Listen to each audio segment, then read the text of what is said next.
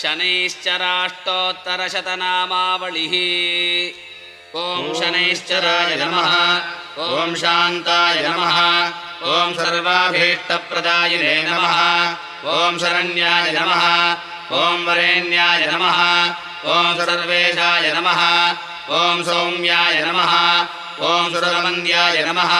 ॐ सुरलोकविहारिणे नमः। ॐ सुखासनोपविष्टाय नमः।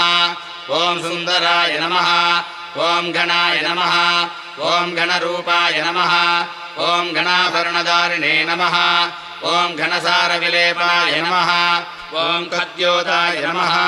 ॐ मन्दाय नमः। ॐ मन्दज्येष्ठाय नमः। ॐ महनीयगुणात्मने नमः। ॐ मध्यपावनपादकाय नमः। ॐ महेशाय नमः। ॐ छायापुत्राय नमः। ॐ शर्वाय नमः। ॐ शतधूलीरधारिणे नमः। ॐ चरस्थिरस्वभावाय नमः। ॐ चञ्चलाय नमः। ॐ नीलवर्णाय नमः। ॐ नित्याय नमः। ॐ नीलाञ्जननिभाय नमः।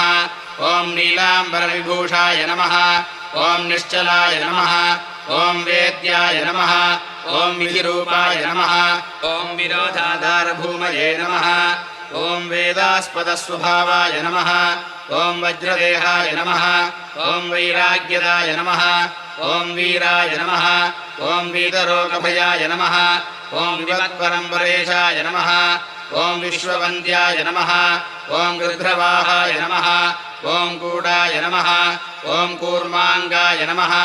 ॐ गुरूपिणे नमः। ॐ कुत्सिताय नमः। ॐ गुणाढ्याय नमः। ॐ गोचराय नमः। ॐ अविद्यामूलनाशाय नमः। ॐ विद्याविद्यास्वरूपिणे नमः। ॐ आयुष्यकारणाय नमः। ॐ आपदुद्धर्तये नमः। ॐ विष्णुभक्ताय नमः। ॐ वशिने नमः। ॐ विविधागमवेदिने नमः। ॐ विधिस्तुत्याय नमः। ॐ वन्द्याय नमः। ॐ विरूपाक्षाय नमः। ॐ वरिष्ठाय नमः। ॐ गरिष्ठाय नमः। ॐ वज्राङ्कुशधराय नमः। ॐ वरदाय नमः। ॐ वरहस्ताय नमः। ॐ माम्नाय नमः। ॐ ज्येष्ठापत्नीसमेताय नमः। ॐ श्रेष्ठाय नमः। ॐ मितभाजिने नमः। ॐ अष्टौघनाशाय नमः। ॐ आर्यपुष्टिदाय नमः। ॐ स्तुत्याय नमः। ॐ स्तोत्रगम्याय नमः। ॐ भक्तिवश्याय नमः।